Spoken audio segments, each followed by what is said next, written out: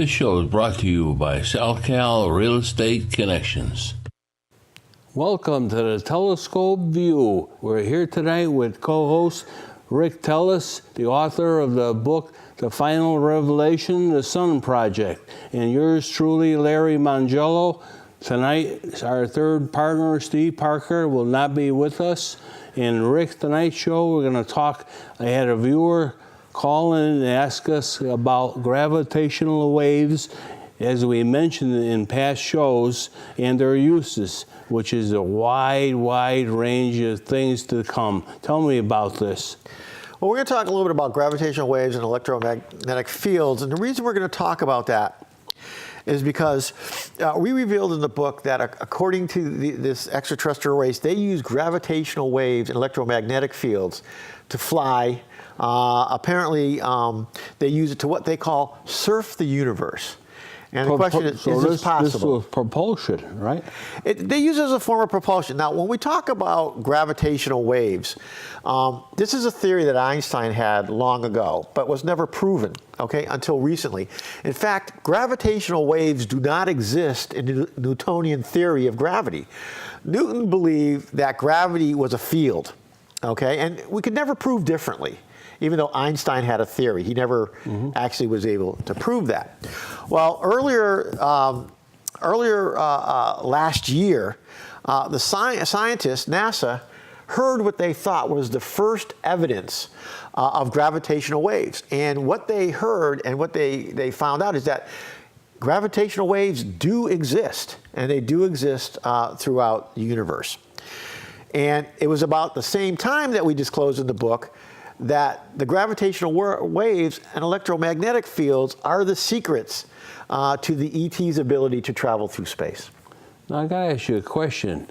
I heard the speed of these gravitational waves is unbelievable. Well, they can be the speed of light, which is 186,000 miles per second. Wow. So we're going to get into a little bit of science tonight. That's the speed of light. That is the speed of light. Okay, a light can't be on before it's on.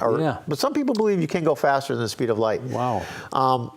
So what we're saying here is that they have the ability to manipulate these forces. Can you imagine to have that type of power to manipulate these forces to push and pull their craft through space? Okay, now they probably have some other secrets that we don't know about, but they can also use these forces to generate energy. So the question is this even possible? How does this work? Is it possible? Okay. I'm not going to say I know everything there is to know about this. The man I spoke to was a PhD in aeronautics, and when he told me all about this, he was a former colonel in the United States Air Force. If it flew, he knew about it. If it was secret, he knew about it. And he says, "Listen, I'm going to explain this to you as I understand it." He goes, "I don't understand it completely. I can't comprehend it," which is probably why we don't do it. Okay, so we have our solar system here, and we even have Pluto, which I don't know, what is it, a planetoid or dwarf planet, whatever it is. Remember, Pluto was a planet, then it wasn't a planet, now it's a planet back. But we're going to talk about something called hydrostatic equilibrium. And that's going to be the basis or the fundamental as to why all this can work. Okay, so the first question is, why are planets round? Okay, and planets are round because of a thing called hydrostatic equilibrium. And I could show you a paper with all the math on it, which I can't even read anymore. But basically what happens is planets are round, and they're not actually round. They're spherical, but they could be a little flat on the top and on the bottom. But the reason that planets are round is because you have these competing forces. Let's say right here, which this is Jupiter right here. In Jupiter, what you have is you have matter within Jupiter trying to expand. Okay, so it's pushing this way. At the same time, you have gravity from the mass of Jupiter pulling in. So when you get the balance of those two, it ends up being the perfect shape, ends up being a sphere. Okay, actually it's not a sphere. Like we said, planets are really flat on the top and on the bottom. Wow. So we have all this, including the sun, which has, matter wants to expand and gravity wants to pull it in. According to the extraterrestrials, in addition to this, we have matter moving throughout the universe. You have electromagnetic waves, and we know this is true. Electromagnetic waves actually move through the universe, okay? And we also have gravitational waves now that we've learned move through the universe. And actually, just recently, NASA scientists reported that they saw a supermassive black hole get pushed out of a galaxy by gravitational waves. Wow. So if they can push a black hole out of a galaxy, this is NASA talking, what could they do with a spacecraft? Okay, so here's what we have. According to the extraterrestrials, we have this concept of hydrostatic equilibrium. And what they're saying is that we have matter within the universe which is trying to expand. We have visible matter, and we also have dark matter. It's trying to go this way. Now we have gravity from all the different bodies within the universe, plus the universe, the center of the universe itself, trying to pull everything in. So what they say is that the universe, theoretically, according to these men and classified, the universe is actually spherical, which is starting to make sense because we know the universe is expanding.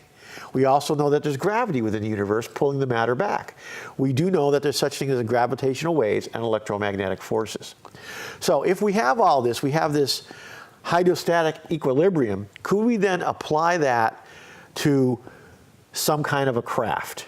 Okay, would it be possible to then use things like electromagnetic waves or electromagnetic bubble, as they describe it, to dampen the forces of gravity? So once you're in this electromagnetic bubble, that now the forces of gravity can be controlled. So I could take this little craft here or our little saucer here. Now at this point, if I have the hydrostatic equilibrium and everything being balanced, it's going to sit in space. But the minute I change the attraction to one side or the other through the electromagnetic, it's going to start to move. Is that possible? Now theoretically, people are starting to say, yeah, this starts to make sense if in fact all this stuff does exist. Well, we know gravitational waves now exist. We know that electromagnetic fields propagate throughout the universe. We know that the universe is expanding and that matter wants to push out, and we know that the gravity wants to pull it back in. So we know all these things are real. The question then becomes, can we apply it to a flying craft? Now, it gets a little scarier than this when we start to talk about extraterrestrial mastery of gravitational waves and electromagnetic fields. According to these people that I spoke with, there are again classified reports, files, even experimentation that the ETs can use electromagnetic fields, okay, and gravitational waves to create effects that mimic solar storms. They can change the trajectory of asteroids, which would seem to make sense because remember, these are all controlled by gravity. They can modify weather and cause geophysical effects such as earthquakes. Wow. And people are going to say, oh, that's crazy. Okay, Steve would say, wow, that's crazy. Is it? Okay, well, we know about the HARP project. Okay, the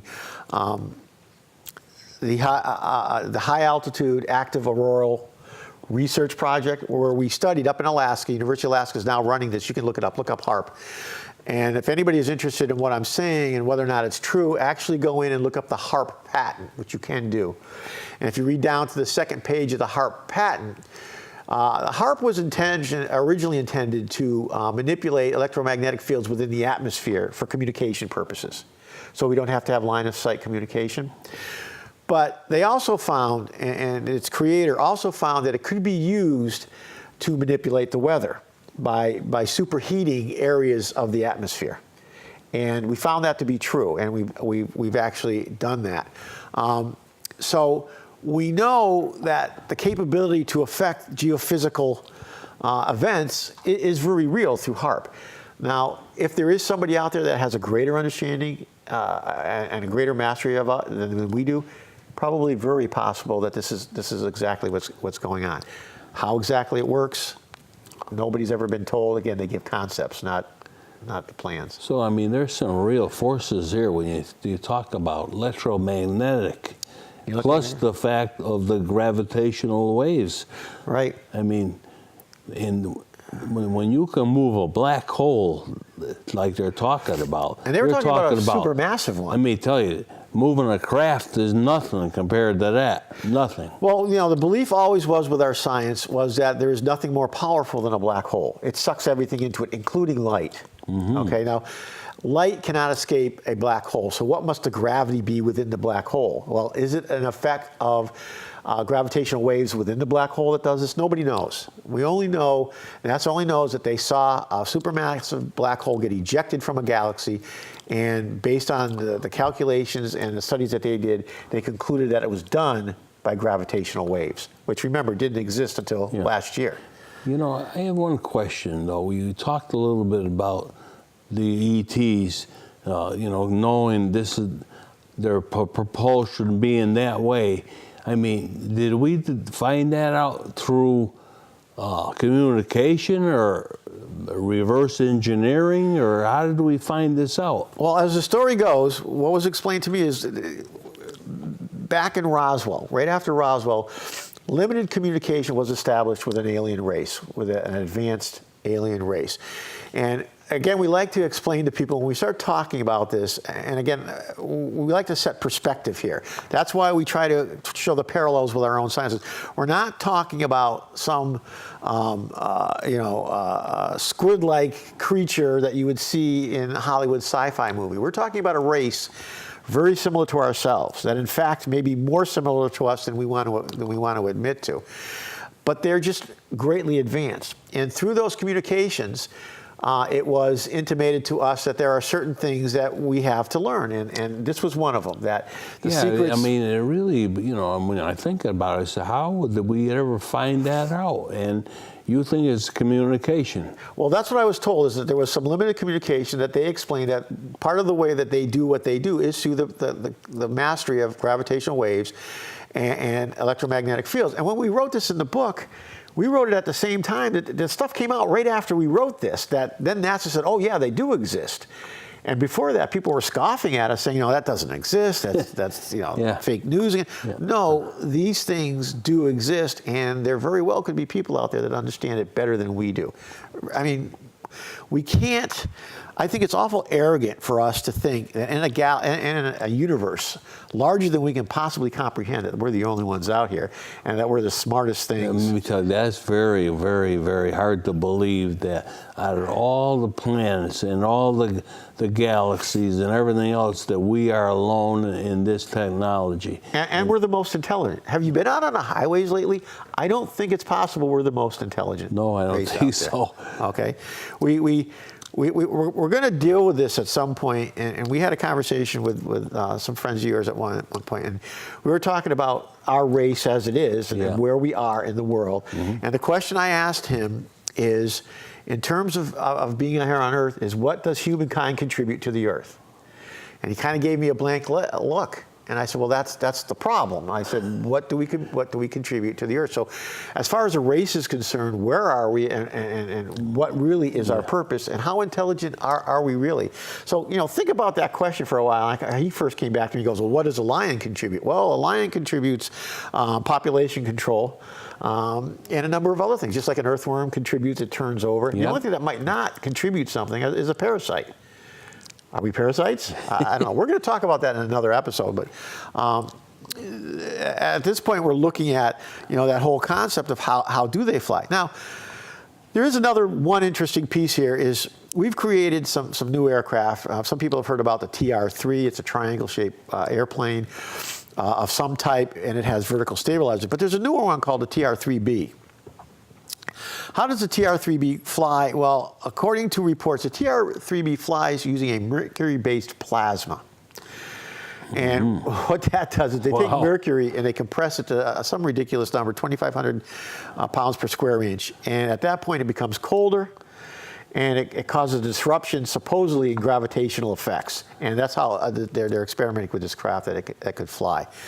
Same concept, but using a different technique to get there. We just don't understand the power applications to get the electromagnetic fields. Now, if memory serves me correct, there was a time period, I believe in the 1980s, there was sightings on the New York-Connecticut line that would triangle objects that they say or might have been this type of a craft. Am I right or wrong? Well, we had, and people always get upset with me when we talk about the Hudson Valley sightings, and I have to tell you, I was there. I was a member of MUFON at the time, doing investigations on this, and I agree, at the time they were very compelling. What we have learned, at some point we thought that they may be some type of alien robotic ship. What we've learned over time, though, is that these were actually, it was actually our own experiments. We can talk about that on another show. It was actually a project called Dragon. I know somebody who worked on it. I know people are getting upset. No, it wasn't. It was just, there was also a lot of hoaxing and copycats going on at the time. But yes, we hear a lot about triangle craft now. And I get the question on triangle. Every industrialized nation with advanced technology now has a triangle-shaped craft. And we can talk about that actually in another episode. That could be another show, absolutely. That's a whole show in itself. Let's talk about our little friend here who's been floating around throughout the whole show. Yeah. We have our little stereotypical sci-fi flying saucer here, and that thing's just floating in air. But it's not. And everybody probably knows how it's floating there. That's a little electromagnetic field. Yeah. There's a magnet underneath there, and I turn the base on and the thing floats. But it is an electromagnetic field. Same principle. Pretty much the same principle. The difference here is, of course, with this one we have the competing forces of positive and negative, of course. But the same concept. The difference is the amount of power it takes to actually levitate a larger craft if we were to try and do this. Yeah. What we have to be able to do is take what are fairly subtle electromagnetic fields around the Earth, somewhat subtle, and we have to be able to either, they're so subtle, we have to be able to handle them by either ramping them up or ramping them down and providing some type of damper for them and taking them right out of the atmosphere. And that's something we still have to learn, but apparently, based on the information that we've received and the stories I've heard from many people, I had 5 different people, Captain of the United States Navy, Lieutenant Colonel in the Air Force, and a number of people, a DARPA scientist. Yeah. They all told me, this is what we saw, this is what we understood, this is the basis of a lot of the work that we've done. I mean, when you talk about that kind of a thing, I mean, Tesla, the original Nikola Tesla, had the idea back in the day. I mean, we're going back. He was talking about very much the same stuff. This man knew his stuff, let me tell you. Now, part of the scary thing here is, we talk about the electromagnetic bubble. I'm going to get back to the scary thing in a second. I just had another thought. The electromagnetic bubble. The interesting thing about that is we have had projects for torpedoes underwater, trying to get them to go faster, actually by placing them into an air bubble. So kind of a similar concept. Now the scary part I was going to talk about before is electromagnetic fields. Can they be used to cause geophysical events like earthquakes? Well, yes, they can. We know that they can. Now the interesting thing that some people don't know is back after, with the Manhattan Project, we learned when we exploded a nuclear weapon, we affected the radiation, the electromagnetic field, the radiation belt around the Earth. In fact, at one point, we blew a hole in it. And we learned that by these type of explosions, we could actually control the electromagnetic field. There were a lot of, in the 50s and early 60s, there was a lot of experimentation using nuclear weapons, trying to change or see what we could do with the electromagnetic fields and the radiation belt. In fact, at one point, we actually eliminated it for a number of hours. It was gone. And then between us and the Soviets, we actually created additional radiation belts around the Earth. So we know that these effects are entirely possible. We just don't know a way to do it other than exploding a nuclear weapon, or now with HAARP, by superheating the atmosphere. We actually can blow a hole in the electromagnetic fields with HAARP and superheating the atmosphere and doing, actually they disturb the ions apparently in the field. I don't know a lot about weather, so I'm not going to get too far into that. I just wonder what's it doing for us as far as in the future.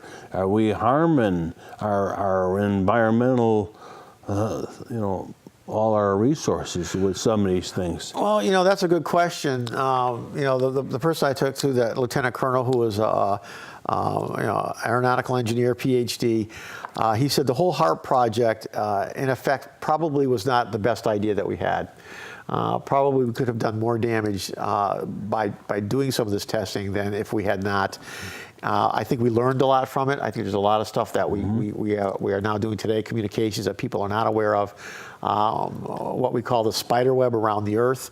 According to classified files, we now have the capability, if we have the Earth, we'll use Jupiter, but we have this electromagnetic field around the Earth.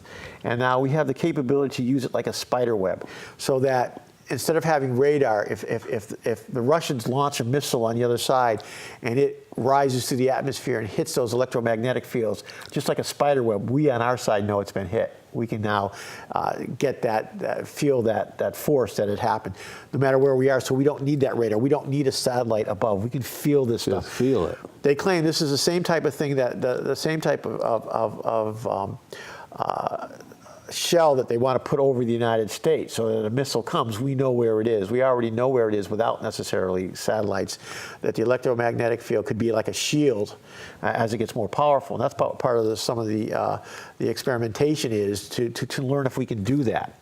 But the idea has to, you have to wonder, did it come from what we learned in Roswell, what we learned over the years in communication, with supposed communications with this intelligent extraterrestrial race? Mm-hmm.